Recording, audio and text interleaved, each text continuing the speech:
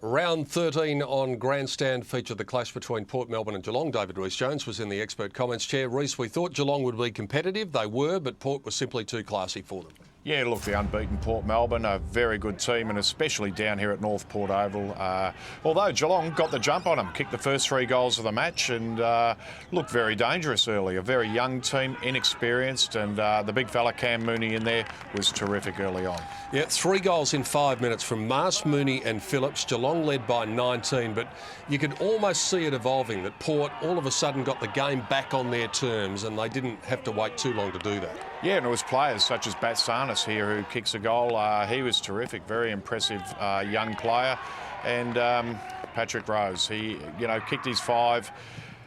Wasn't outstanding, but did his job on the. And we see the big fella Cam Mooney. I hope he goes on with his football. He was very impressive today. He was a tall target down there all day and worked very hard. Kicked a goal in every quarter. Chris Kane was really part of the second term when Port took over.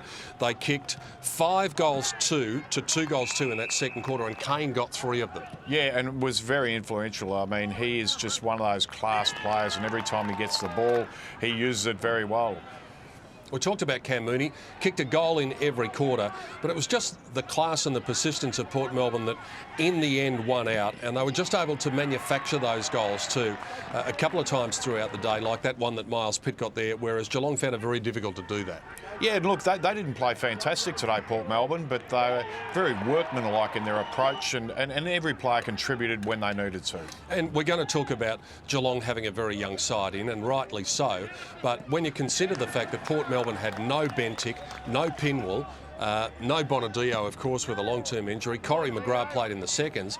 They've got some depth. Yeah, they have. They've got a lot of good players there, and a few of those players. Sandilands impressed me.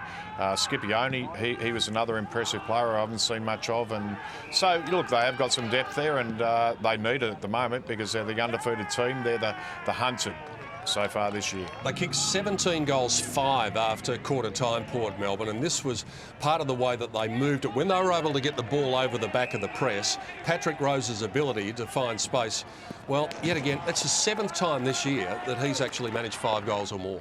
Yeah, and look, he didn't have to give that one off. He could have kicked 6, but a very good effort by this undefeated Port Melbourne team. They're going from strength to strength and looking very, very hard to beat.